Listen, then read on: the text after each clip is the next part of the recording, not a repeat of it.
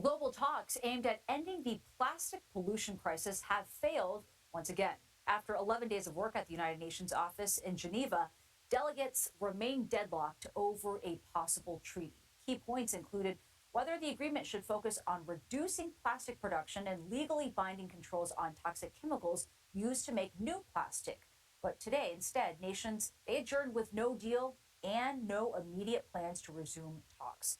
Björn Beeler joins us now. He is the executive director and the international coordinator for the International Pollutants Elimination Network.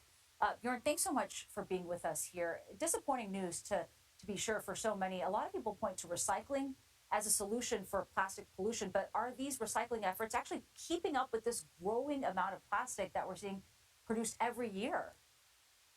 No, they're not. I mean, recycling is broken. There's a reason why we're only recycling 5 to 10% of the plastics because it's not economically viable. Most people put the plastics into the bin, they don't know where it goes from there.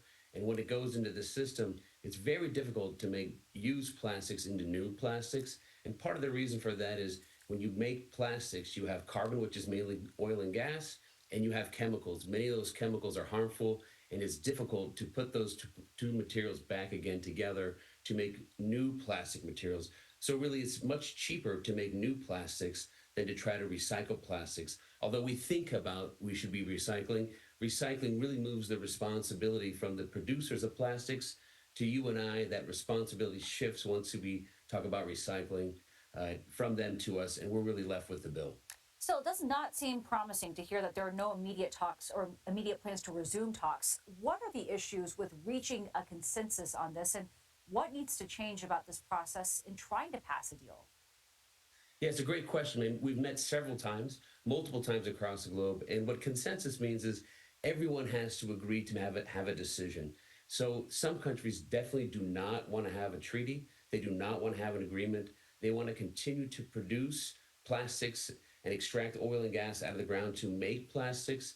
And so if they do not want a deal, how can you make a deal with when the majority of the world wants to get control on this escalating plastic production as oil and gas shifts from energy markets to material markets? It's very difficult. So there will be another meeting. It's not clear when there will be, but there will be another meeting because one thing for certain is the crisis is not going away. It's just getting larger. So you're going to actually get into a decision where if not everybody is on board, the process will continue, and those who are not on board are going to miss out. We're talking about this from such a macro level. I think a lot of people at home are also wondering if they're not figuring anything out over there in Geneva, what can people do in their everyday lives then? Yeah, everyday life. I mean, try to avoid buying plastics. Is the simple thing. You can change to buy different types of materials, glass and metal. You can replace than plastic materials. Try to reduce single-use plastics.